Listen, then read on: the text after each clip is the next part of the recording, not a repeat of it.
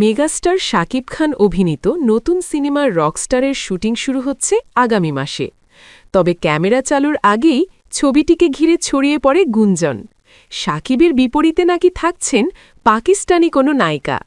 বিষয়টি নিয়ে দর্শক মহলে যখন আলোচনা তুঙ্গে, তখনই মুখ খুললেন ছবির নির্মাতা আজমান রুশো।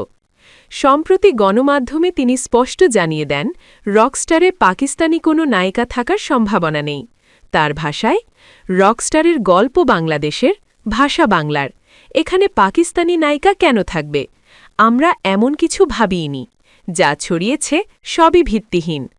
এর আগে এক সাক্ষাৎকারে শাকিব খান জানিয়েছিলেন, পাকিস্তানি অভিনেত্রী হানিয়া আমিরের সঙ্গে তার একটি সিনেমা নিয়ে আলোচনা চলছে, তবে সেটি কোন প্রজেক্ট তা নির্দিষ্ট করেননি।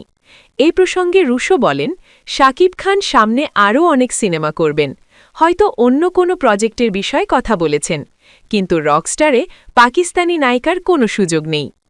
আগামী ঈদুল আজহায় মুক্তির লক্ষ্যে নির্মিতব্য এই সিনেমায় শাকিব খানকে ঢাকার এক তরুণের চরিত্রে দেখা যাবে, যার গল্প দেশীয় সংস্কৃতিকে ঘিরে আবর্তিত। উল্লেখ্য, জনপ্রিয় বিজ্ঞাপন নির্মাতা হিসেবে পরিচিত আজমান রুশো এই সিনেমার মাধ্যমে প্রথমবারের মতো পূর্ণদৈর্ঘ্য চলচ্চিত্র নির্মাণে নামছেন। ফলে তার অভিষেক প্রজেক্ট রকস্টার ঘিরে দর্শকদের আগ্রহ ইতোমধ্যেই তুঙ্গে।